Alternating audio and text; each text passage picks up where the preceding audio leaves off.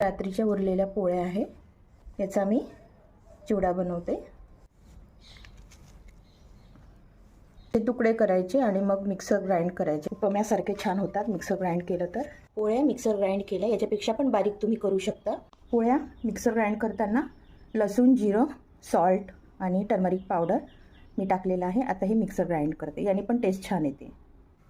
पोळीचा चिवडा बनवण्यासाठी 2 पळी तेल गरम झाले, जिरे मोहरी टाकली, कांदा, green chillies, curry leaves fry करायचा।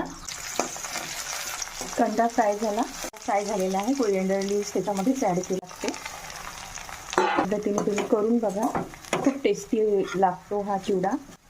त्याच्यामध्ये मसाला पण तुम्ही ॲड करू शकता, तुमची पसंती करते आणि शिजवून घेते। चिवडा फ्राय झालेला आहे। जर तुम्हाला जास्त कुरकुरीत पाहिजे असेल तर याला जास्त फ्राय करायचं, म्हणजे तो छान आणखी कुरकुरीत होतो। आणि नरम पाहिजे असेल तर कमी फ्राय करायचं। चिवडा सर्व करते। खायला खूप टेस्टी असतो हा चिवडा, मला तर खूप आवडतो। हा अनियन घ्यायचा आणि हा चम्मच, बघा किती सुंदर डिश तयार झाली आहे।